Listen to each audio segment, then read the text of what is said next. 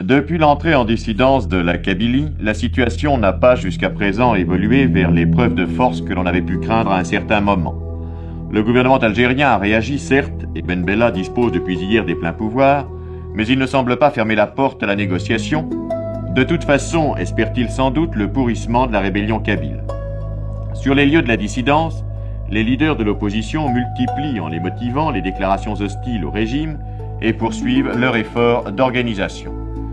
Ces images qui ont été filmées par les envoyés spéciaux de la télévision française nous montrent quelques scènes du climat et de l'activité qui règne là-bas.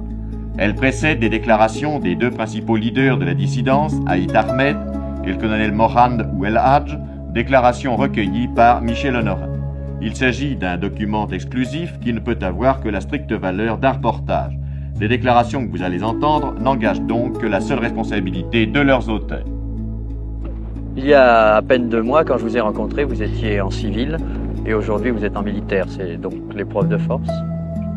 Aujourd'hui, que nous avons atteint un seuil à partir duquel, où c'est la fascisation, c'est-à-dire la mort, la misère morale pour notre peuple, la misère sociale qui doit nécessairement suivre cette misère morale, ou bien la résurrection de notre révolution. Le fait de vous trouver là, dans le maquis, en pleine Kabylie, veut-il dire qu'il n'y a plus de chance de dialogue et que l'on risque d'avoir la guérilla?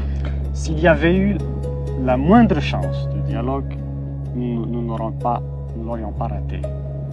Et l'expérience que les uns et les autres avons faite, aussi bien à l'Assemblée nationale, dans le FLN et dans l'ANP, a montré que toutes les issues étaient bouchées. Ce qui est sûr, et ce qui doit être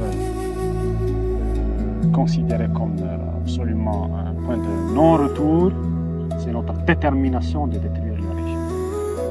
Mon colonel, vous avez fait 7 ans de guerre. Vous êtes prête à recommencer?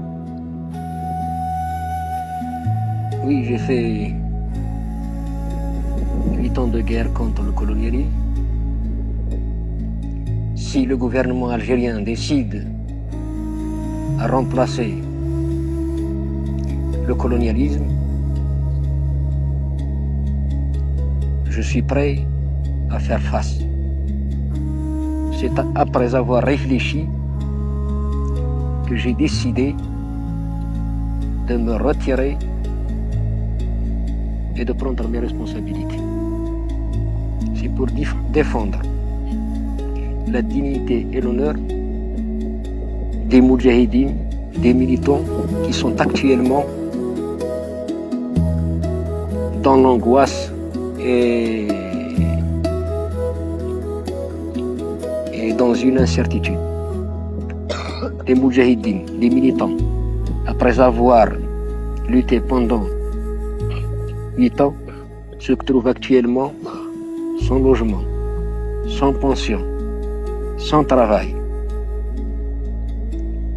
Et beaucoup d'eux se trouvent dans des prisons. Je ne veux pas faire couler du sang entre Algériens. Je l'ai évité déjà. Je continuerai à l'éviter. Ici, en Kabylie, principalement dans toute l'Algérie, nous sommes démocrates. C'est la première démocratie du monde. Nous n'admettons pas de raïs.